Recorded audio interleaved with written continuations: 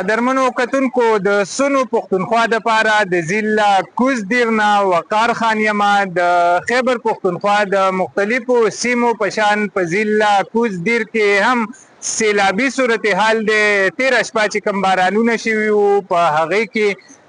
مختلفو علاقو کې ډېرو کورونو ته نقصان رسېدلی دی او په دغه د بارانونو د وجې چې کوم نقصان شوی دی په هغې کې 15 کسان چې دي تر دې وخته پورې په حق رسېدلي دي. زما په شا باندې دغه د پنجکوړې سیند تاسو وینئ چې دا وخت په سیند کې د اوبو ډېره زیاته طغیاني ده او د سیند یا د خوړونو چې کوم خواوشا علاقې دي په هغې کې د ضلعي انتظامیه لخوا د په 144 ناپیس کړی شوې ده. څه ټیم هم دغه علاقو کې سیلابي خطره ده، نو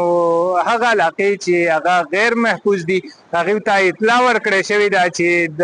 خپلو علاقو نه محفوظ علاقو ته نقل مکاني وکړي. تر دې وخته د ریسکیو چې کوم ټیمونه دي هغې ځای په ځای په کاروایانو کې بوخت دي، امدادي کاروایانو کې مصروف دي او ځای په ځای چې کوم ځای کې سیند خلک راوړي دي یا کورونه رالوېدلي دي هلته امدادي کاروایانې روانې دي.